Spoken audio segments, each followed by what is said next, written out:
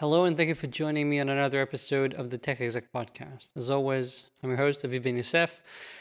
My job is to help you create an engineering organization and product organization that you're proud of leading and that delivers remarkable impact.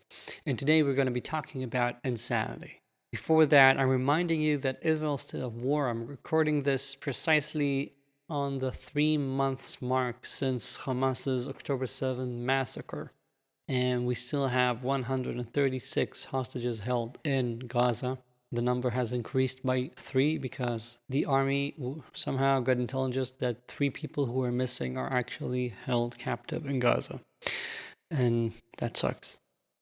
Add to that the fact that Israel is being attacked from the West Bank, Lebanon, Syria, Iraq, and Yemen. And still, we're gonna kick butt.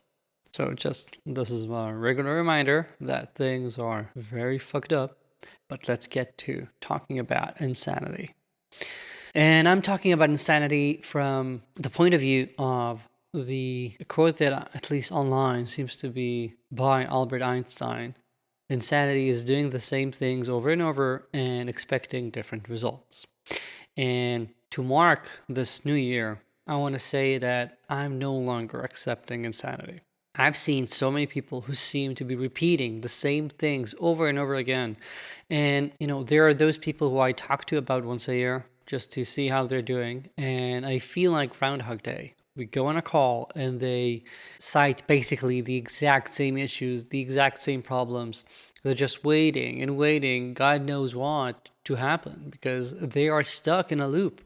And the same applies to you, my dear listeners. If you're going to spend another year just listening to podcasts and thinking that what you're doing is enough to get you to where you ought to be, to help you make sure that you outgrow your team instead of having your team outgrow you, to make sure that you achieve your fullest potential in order to unlock the potential of all the amazing people you've brought on board to your organization, sorry, that's not going to be enough. Listening to podcasts, reading books, whatever theory you're collecting is just not enough. Knowledge is power solely if it's being used. Otherwise, it's just wasted brain space.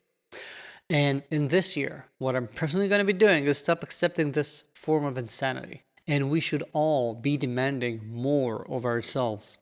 And therefore, you, dear listener, you can do whatever you want to do. After all, I can't, reach out from your phone and slap you in your face, even if you really deserve it. But I'm going to ask you to do something for your own personal well-being, for your own conviction that you're actually doing something and not just consuming more and more and more of these podcasts. And there's a reason. I'm reading less books. I'm following less people. And I'm choosing older books mainly. I'm choosing to read newspapers that come out once a day, once a week, as opposed to trying to stay on top of everything on Twitter or whatever, because I'm trying to choose things that actually matter, not just consume amazing amounts of content and do nothing about it.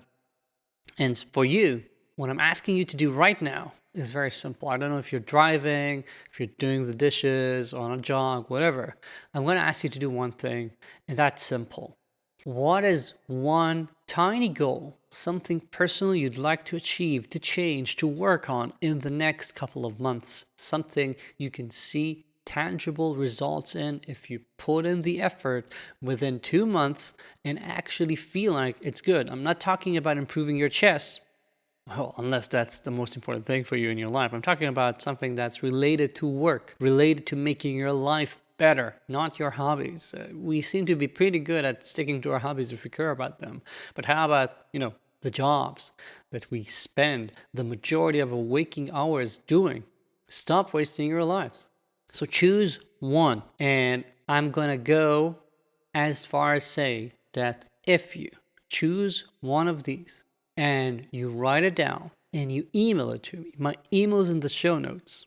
I'm going to collect all of those and send one of you a free copy of one of my books.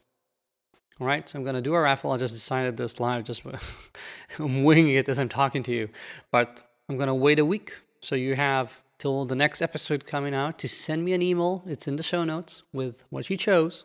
and one of you will receive a free copy of one of my books.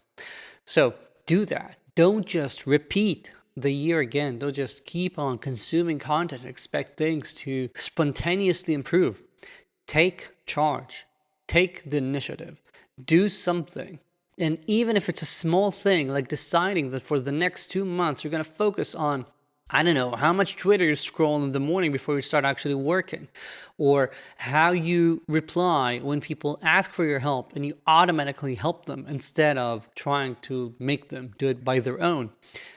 Be it how you manage your one-on-ones, be it having more team-wide discussions about cooperation, be it about working on your personal product mastery, be it on getting into moving upstream and being in the meetings where the strategy is being shaped. So many small things you can start making tangible progress in and see real results within 2 months. And this is what I'm doing with my clients. This is what you should be doing with yourself. And if you can't choose, you're going to be doomed to repeat things over and over again.